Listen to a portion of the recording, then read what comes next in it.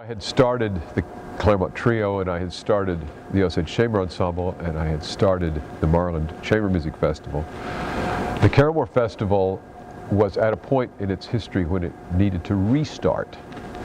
And I had a reputation in New York at that point of not being afraid to begin, not being afraid to craft an idea, conceive an idea, and then pursue it.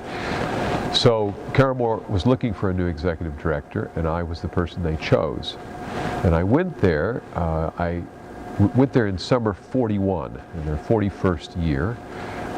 It was at a point in time when they needed to be reorganized financially. Artistically, it was quite proud.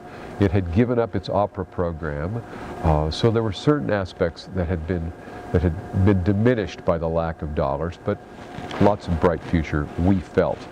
And I pursued that for 15 years.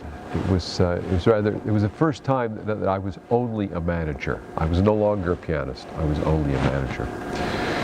In that period of time, we brought opera back into the festival. We celebrated the 50th anniversary, and we established an endowment. This was a big moment. We did that in the 50th summer. We established that endowment in the 50th summer. And I realized for the first time what capitalization really meant in an artistic institution. Prior to that endowment, there was no safety net. There was nothing beneath us. We raised the money that we spent. It's kind of like eat what you kill. It's that sort of moment-to-moment, 12-month cycle.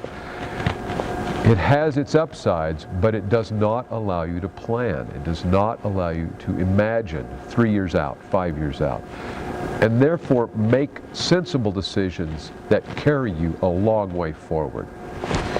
So in the making of that endowment, I watched a board of trustees answer an important question. After 50 years, is this institution worth having? Is it worth pursuing? Is it worth funding? Is it worth developing? Because if it is, we're going to need an endowment. And I remember the trustee retreat, and a moment in that retreat when people were saying, well, this may not be the best time to start an endowment. This was 1995, so we had come out of the most recent recession, not entirely. People were still a little bit worried about the economy, and this was a group of people who had never contemplated endowment. And one of our trustees said, no, that's not the question to ask. The question that we must answer is, will we go forward and make an institution? In fact, this is exactly the right time to do that. This gentleman, he was getting frustrated with people sort of stepping back, and he put his fist hard down on the table and said, this is our moment. We're only going to turn 50 once. We're only going to have this opportunity, this one time. And if we think this has value, we've all said that it's had value, we've all given on an annual basis, time to stretch out, try to understand the future, capture our future. So it was a great moment. We built that endowment. It's still squarely in place, and it was quite a satisfying 15 years.